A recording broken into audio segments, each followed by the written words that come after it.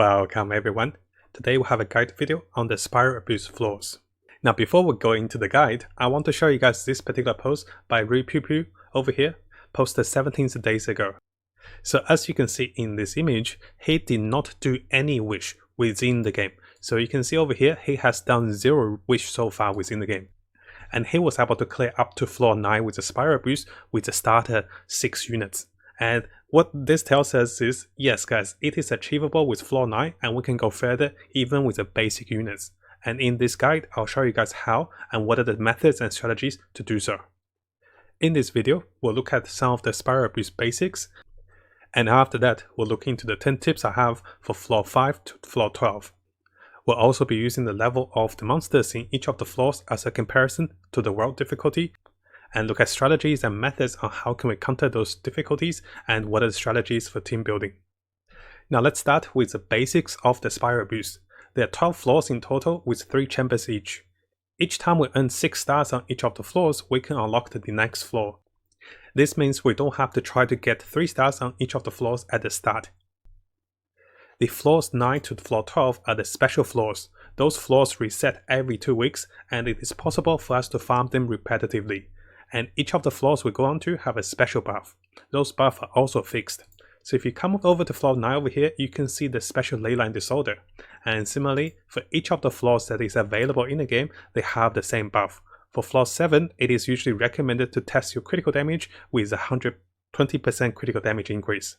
And finally, for floor 5 and plus, we will be needing 2 teams of 4 characters.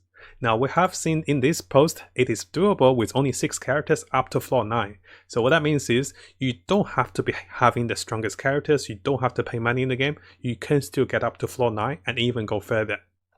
Coming over for the 10 tips for floor 5 to floor 12, the dual floors. Basically for the first 2 tips, what I want to recommend with you guys is, starting from floor 5, we should be checking what are the monsters we'll be facing and prepare for those. If you're facing the cryo monsters, if you're facing the hydro monsters, you want to know exactly what you're looking at. And after that, you want to build accordingly. Now, if you guys haven't seen this video, I do recommend coming over here just to see the elemental interactions and how we can counter each of the elements. Because if you're super effective against a particular element, for example, Pyro against Cryo or Hydro against Pyro, you can do a lot more damage to the monsters. And that is why our first tip is to have the special elemental counters against your enemies. Followed by that, if you know what the elements are, you don't want to use the same elements. This is very trivial, but this does happen very often, and I'll give you guys more advanced tip on how to avoiding this if they have a mixture of different enemies on different chambers. For example, on chamber 1, you're going to have the cryo monsters, and after that the enemy is going to change, again into electric. So you cannot counter for all of the monsters, and I'll teach you guys how to adjust for each of the chambers. Now because we cannot use food items in the spiral abuse, it is very important to have support characters and healers on each of the teams, for the 2 teams. This is because for the later stage of the game, you want to reduce the damage you take, maybe with a Noel shield or maybe with Barbara's heals. And this gets especially important because each time you clear a particular chamber, the next chamber is going to save your current HP. If you're sitting on 50% HP going to the next chamber, it's going to make it much harder for you to complete the next challenge. But if we can heal our characters to full HP before the next chamber, we're going to save our characters onto the maximum HP possible onto the next chamber. And this gives us the maximum chance for completing the entire chamber and the floor. Now as we go through each of the chambers, at the start we'll be giving 3 cards of choices. Those card choices can be effective on this floor, that means that's going to work on all 3 of the chambers. This can also be effective only for this chamber. This is usually a little more powerful, but it only works for a particular chamber, for chamber 1 for this case. So usually guys, if you want to get as many stars as you can on the floor and you don't have trouble with the floor, pick the ones that goes with the floor, because this works for all the chambers. But if you're having trouble with a particular chamber, what you can do is, you can try to pick the strongest card for you to complete the current chamber for now. You can see that we have summarized this on tip number 4, basically 2 situations. If we can beat the floor, then we go for the choices that give us the 9 stars. If we cannot beat the floor, then we pick any choice we can to complete the current floor and try to push for the next floor. Basically, it's delayed gratification or delayed power-ups versus just completing the chamber right now.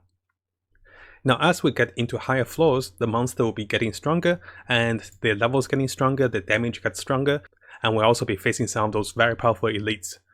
So in the next few tips, we'll look at what happens with those difficulty floors and how to adjust for those. First of all, it is very important for us to aim for 6 stars because this will allow you to pass the particular floor and you can unlock for the next floor. If you cannot beat the particular floor with your default Team 1 and Team 2, try to swap in them and see if this works. And if your particular Team 1 and Team 2 works for Chamber 1 but not for Chamber 2 and Chamber 3, don't try to repeat the whole chamber by leaving the game and starting everything again. You can reset the current chamber and save on the current chamber. For example, let's say if I clear Chamber 1, I'm stuck on Chamber 2 because I made a mistake within the fight.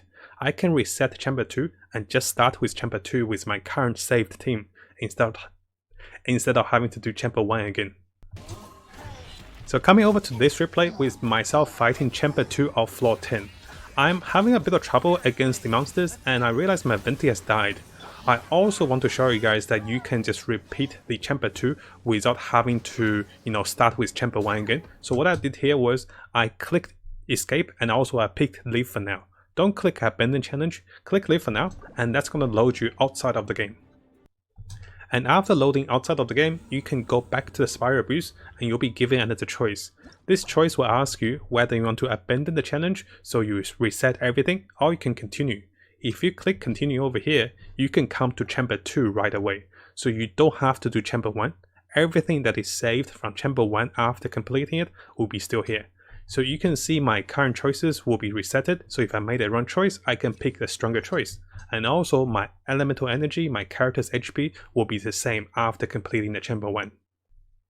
And knowing this feature that we can save on Chamber 2 and Chamber 3, what we can do is, that's why it's important to have the healers and also support characters to make sure we have the full HP before the next chamber. So this way we can save and reload and try each of the chambers ourselves multiple times. Now if you haven't subscribed, this is a really good time to do so. Make sure you also turn the bell on for the latest news as I find more of them for us. You can see that we're really dedicated for Genshin Impact. We'll have builds, guides, tips, news and events updates for everything that's Genshin Impact related. Now of course, knowing that we can save and reload in each of the chambers, it's important for us to build the correct team for each of the chambers. So after having some of the difficulties with the higher floors, what we can do is, as we go further and further into the game, you can try to build for a particular chamber instead of trying to clear all 3 chambers at once. So coming to the game, let's say if I'm trying to build for this chamber, I'll go for someone like Pio, someone like Quio, something to counter the Hydro monsters, and I build something like Hydro to counter the Pio Abuser Mage. So I'm building according to this particular chamber. After getting as many stars I can on this particular chamber, I can then try to build for Chamber 2, and this time I'll be building for Chamber 2 according to the monsters. And by doing so, I'll take my time on Chamber 1. And because I have already gotten as many stars I can on Chamber 1, those stars actually saved up. So it doesn't matter if I take 9 minutes out of the 10 minutes, it still saves all my 3 stars. And this way I can build for Chamber 2 after completing Chamber 1, and I can repeat this for Chamber 3. So basically, you build for Chamber 1 first, then change your team again, build for Chamber 2, then change the entire team and build for Chamber 3. And you can see my notes over here. I have tested for floor 9, floor 10, the stars do remain after we have the initial clear. So as long as you build for Chamber 1 and complete as many stars as you can, if you go to Chamber 2, all of those stars will not disappear. And this way, once you complete Chamber 2, you can try to spend maybe 9 minutes on Chamber 1, 9 minutes on Chamber 2 to make sure you have the maximum HP when you go to Chamber 3. And this way, you have the best chances to pass each of the chambers. Now that we know how to save and reload on each of the particular chambers without repeating everything, and also how to build different teams for different chambers, it is very important that we realize that each of the buff sets given on each of the chambers does change every day. So what I mean by that is, you can see for floor 9 and Chamber 1, I'm giving those particular set of buffs. So I'm getting the sprint plus damage, I'm getting the physical damage resist, and character maximum HP increase. For this particular replay, I end up with failing the particular floor, and for that day I couldn't proceed any further. But coming back to floor 9 on the next day, I'm giving a new set of cards which can give me different synergies. I can get Elemental Mastery, I can get increased attack damage by 30% or movement speed. So you can see the card choices of the floor changes. And with those choices, and eventually I was able to pass the floors up to Chamber 3, and I was able to get all 3 stars. So I'll show you guys over here. We have gotten all 3 stars for the floor 9 because I have waited the next day, waiting for different card choices, and I was able to make sure I get enough damage to pass all those floors. So you can see over here, after failing floor 9 on the previous day on Chamber 2, I waited for the next day for different card choices, and with the same team guys, no change of team or items, I got 9 stars on the floor 9. Now that we know most of the tricks with parties, with save and load, and also different synergies with different combos and waiting for different buffs, it's important to notice that although there are some elites that we cannot deal with initially, it's important to consider strong synergies of controlling. We can control the enemies with a freeze. Barber plus Kaya equals to about 6 seconds of a freeze for a large elite. Also, if you are Barber and Chunrin, you can always get a free freezing effect with both of the E spells. Having Barber and Chunrin activating the E spells, any melee units can start to freeze enemies. So over here with floor 9, you can see that I'm applying Barber and also Chunrin together, so for a perma freeze against a big elite monster. You can see that my Kachin is freezing him for close to 6 seconds, and this is very effective because we can almost perma-freeze the monster. Now if you do not have Chunrin or Barber, you can go with Kaya and also Barber. Similar strategies can work. The most important part is for us to find the right synergy with the current team we have, and every time I get a chance to debuff, I'll be freezing the monster. Notice that the monster is freezing for less and less time. The first time will be 6 seconds, after that he will have a reduction to the time you can control him. So eventually he will get to about 4 or 2 seconds of the freezing time. So it is important that we know that although we can freeze for 6 seconds, eventually he will reduce to about 2 seconds to be frozen. Now if we come back to this particular post, you can see our Norwich friend actually have 2 characters on the highest level. After that, most of his support characters are not very highly leveled. It's quite important to have at least 1 high level characters as your DPS character. And on this tip, we talk about the leveling suppression hidden mechanics. So instead of trying to get all the characters level 60, level 70 and level 80 together, try to have 1 or 2 characters to be the highest level to benefit from this leveling suppression. Now to give you guys a better visualization of what leveling suppression means, basically here we're looking at 2 of the Chinese comparisons of the same Xiaoling versus a level 30 monster and versus a level 82 monster. What you're going to see is her damage on the monster is going to crit for 30,000 over here, and on the second part she crits for 21,000, and this is similar to the monster as well. As we go higher level compared to the monsters will take more damage from us and will take less damage from the monster. But vice versa, if the monster gets higher level than us, and as the spiral abuse goes, the monster gets much more higher level. You can see that for floor 8 we're looking at level 70 monsters, and if we go deeper for the higher floors, if we go to floor 12, we're looking at the red monsters for level 95. This is when the monster is actually doing this to us. The monsters compare your level and his level, and he will do more damage to us and we'll do less damage to him if our level is too low. Now if you want a detailed guide on what those leveling suppression means and other hidden tricks and game mechanics within the game, I do recommend coming back to this video, which I talk about more things in detail about avoiding the leveling mistake, about the suppression, and about different energy and elemental overrides. Now I have saved the final and the most important tip to last. Make sure we use the current blessing of the moon within spiral abuse.